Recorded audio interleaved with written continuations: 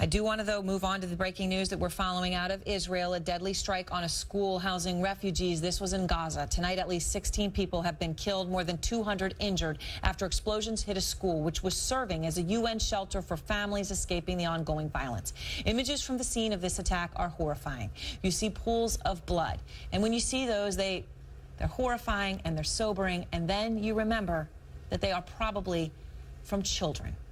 It is still unclear who is responsible. The Israeli military says it is investigating, suggests a Hamas rocket could be to blame.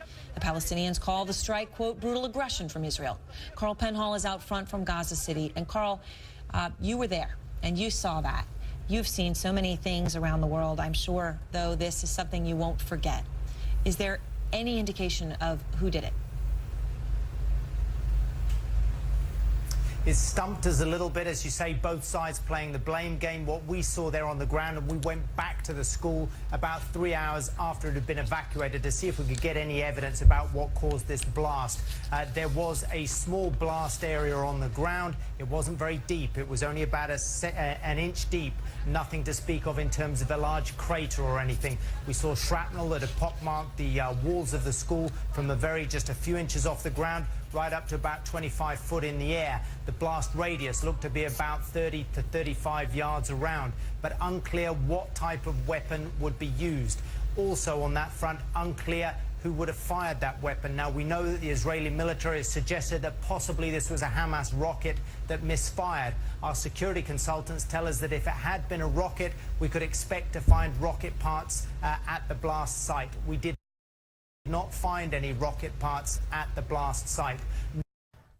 July 3rd, 1988. What was supposed to be a short, roughly 30-minute flight from Iran to Dubai ended in tragedy. 290 innocent passengers became victims to ongoing tensions in the region. Iran Air Flight 655 mistakenly shot down by the American Navy ship, the USS Vincennes.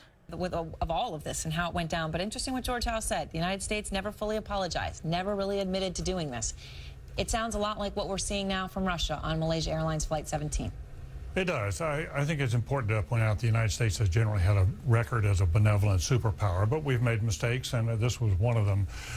There are some striking similarities between this and what appears to have happened in Ukraine, and that is a commercial jet flies into a war zone area, is mistaken as a fighter, and is shot down by a missile, and everybody dies. There were some 290 on each plane, and a lot of children on each plane.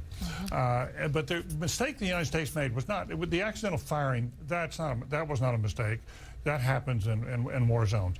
The mistake was in lying about it afterwards, telling the world we had nothing to do with it. Basically, it wasn't us. And then, we falsified the record for a long time and never, as you have pointed out, never took full responsibility.